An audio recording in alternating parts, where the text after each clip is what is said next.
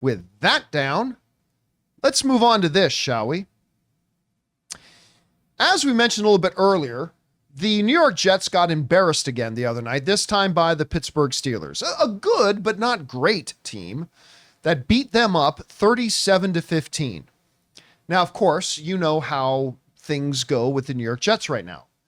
You prep for the game, you then lose the game, and then Aaron Rodgers gets up to the podium and makes all kinds of excuses. So what do? Well, they got rid of the coach. Okay, they got rid of the coach. Fine. They lost. Oh, we'll bring in Davante Adams. Okay, you bring in Davante Adams, a guy that I said on this show when they made the trade. Hey, it's a good trade. They basically gave up very little to get him, a third-round pick, I think it was. Yeah. They gave up a third-round pick to get Davante Adams. He's not the same Davante Adams that he was a couple of years ago, but he's going to make them a little bit better. But I said he is not going to make them he's not going to make them significantly better. And everybody said I was crazy. They go in last night again. Then, Aaron Rodgers will say when he underthrows a ball by about 10 yards, he blames the receiver for running the wrong route. He did not run the wrong route. Anyway, that's fine. And they lost again. And here's the thing. Aaron Rodgers and the New York Jets are now running out of excuses. The owner said, this is the most talented team I've ever had here.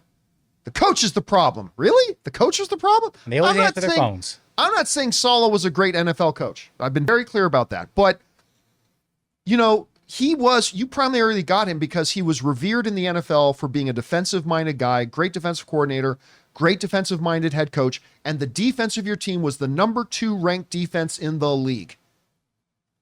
And the problem was on offense. Well, what did they have on offense?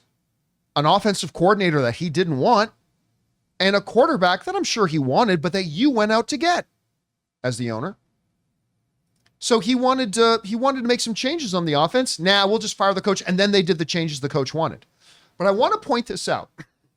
Remember I said when they fired Robert Saleh, besides the fact I said, I'm not saying he's a great NFL coach, but I said, this is one of the great defensive minds in the game today. And he has that defense humming. What has happened to the New York Jets since Aaron Rodgers got his wish and they got rid of Robert Saleh? Take a look at this with a shout out to the folks over at Get Up. Because again, this is another one of those graphics that I like so much. I just took my phone and took a picture of it on my TV screen. In weeks 1 through 5 under Robert Saleh, the New York Jets were giving up 17 points a game. In the 2 games they've played since firing Robert Saleh, the New York Jets are now giving up 30 points a game. In weeks 1 through 5 under Robert Saleh, the New York Jets defense was giving up only 256 yards per game. Since they fired Robert Saleh, the New York Jets defense is now giving up 384 yards per game to the opposing team's offense. Hey, Woody Johnson, look at me again and tell me how the coach was the problem. You were losing because the coach was the problem, right? Because the last I checked, you fired the coach, then you did what he wanted to do, getting rid of the offense coordinator. You brought in Davante Adams, and you're worse. They are a worse team today than they were 3 weeks ago. But because at least 3 weeks ago, they had an absolute elite level defense that was crushing it. Now you don't even have that. You don't even have that. And by the way, Aaron Rodgers has now stretched his record. He's now gone 29 games in a row without throwing for 300 yards.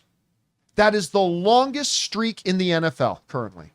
No other quarterback that's played that many games has gone that many games. And by the way, you know how we were talking about Jared Goff?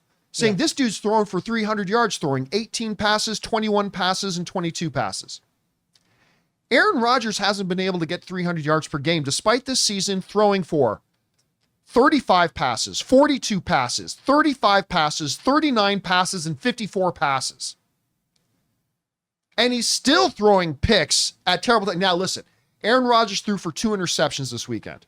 One of them, clearly not his fault. That one near the end of the first half, he put it right on the receiver's chest. That one's not on Aaron. It goes against the stat sheet, yes, but that one is not on Aaron. Oh, but the other one where he threw into quadruple coverage, by the way, a second and a half late, that was an ugly pick. That was a mental error, physical error, all that kind of stuff right across the board.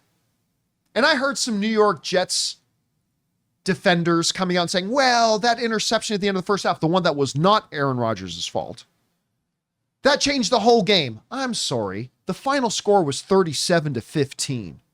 That one interception did not cost them 22 points. Yeah. Interception. Result of the play, 22 points. No. I'm sorry. That was an unfortunate thing. It's certainly momentum of the game, but that was not the make or break difference. I continued last night to see Aaron Rodgers several times throwing to open patches of grass, throwing behind his receivers again. He cannot move like he used to. That's fine. Everybody gets older and can't necessarily move the way he used to. I get that. And then he gets up at the podium. And one of the reporters asked him, what do you guys need to do? Well, now he can't blame, was it Williams? Yeah, Mike Williams. He can't blame Mike Williams this time. So he blamed the media. Say, what do you guys got to do? John. It's your fault. What do you guys got to do, Aaron? And the first thing Aaron says is, first thing we got to do is stop listening to you guys. You, what? What did the media tell you to throw the ball to that big green patch of grass? Did the media tell you to throw into quadruple coverage 2 seconds late? Did the media tell you to do all that? Like, first thing we got to do is stop listening to you. What's the media telling you? I don't know. First it was Robert Saleh's fault. He's gone. You've gotten worse.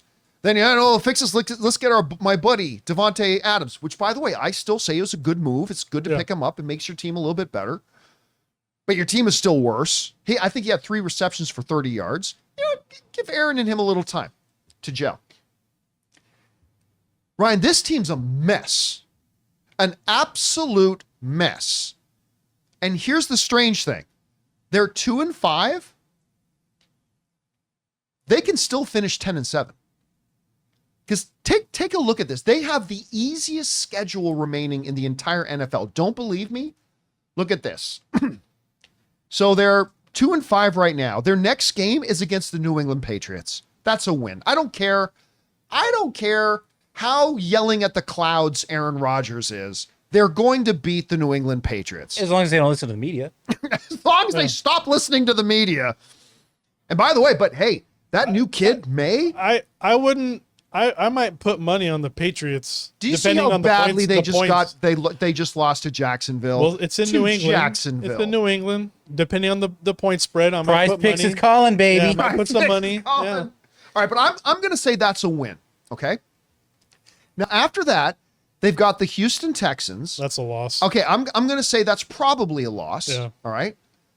Then they've got the Arizona Cardinals. I'm going to call that a probable win. Then they've got the Indianapolis Colts. I'm going to call that a probable win.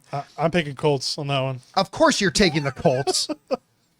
Then they're playing Seahawks. Again, I'm not saying a gimme, but I'm going to say the Seahawks is a probable win. Then they play Miami. I'm going to call that a probable win. Tua is supposed to be back by then. Right, but he's going to have it's going to take him some time.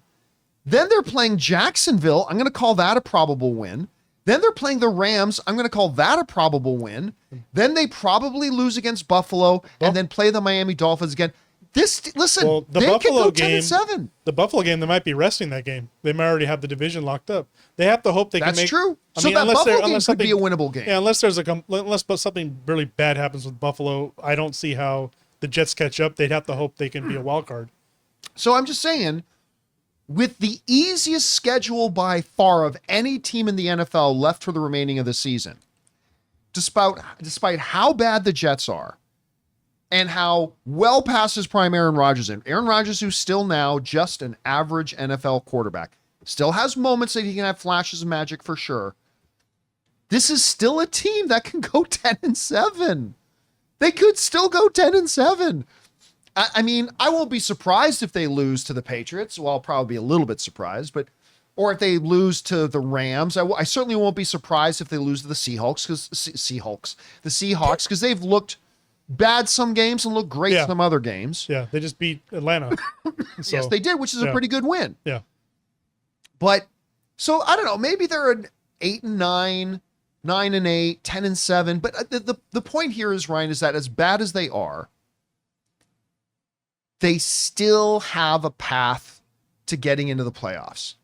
But I want to point out something here. I want to point something out here.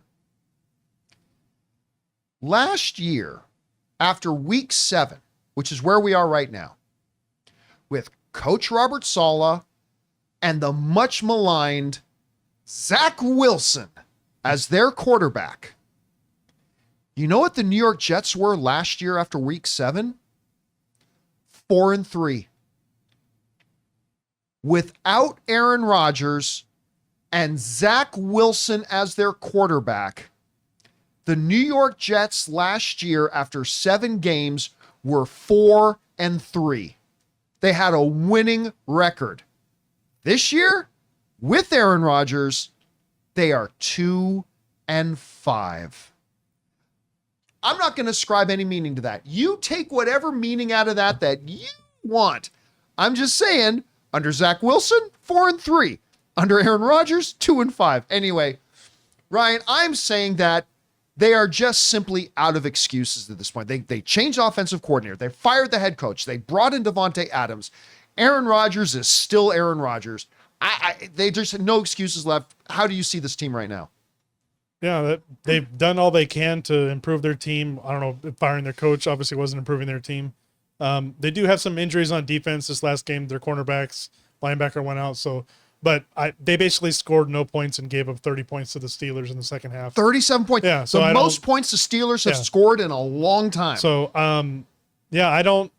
To be honest with you, I hope they lose the next game so they just go out of my view, because I don't see them winning anything.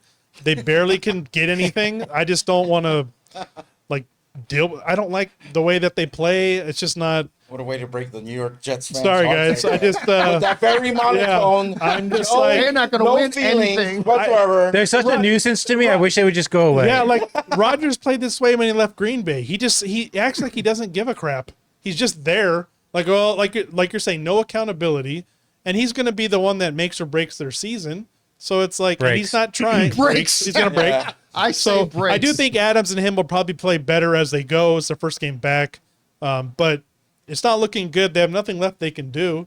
So it's just stick with this. You're right. Their schedule is pretty easy, but they've lost to some crappy teams already. I don't see them winning all of those games.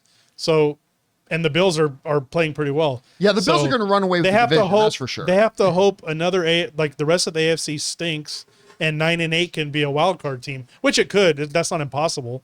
But I just don't see them. I don't see how they can turn it around and go on a huge winning streak with the way that they've been playing against all these teams. The thing is, if their defense can't be the defense they were when Robert Saleh was the head coach, they're in real trouble, man. They are in massive, massive trouble. Anyway, guys, question is for you. What do you think about this? I mean, under Green Bay, Aaron Rodgers didn't get to the playoffs. Under Jordan Love's first year, they went to the playoffs. Without Aaron Rodgers, they're 4-3 in the first 7 games of the season. With Aaron Rodgers, they're 2-5. Like a lot of other things that I'm way oversimplifying it. I acknowledge and I admit, but still, this team is a bloody mess. What excuses could they have left? Whatever you guys think, jump down into the comment section below and let us know your thoughts.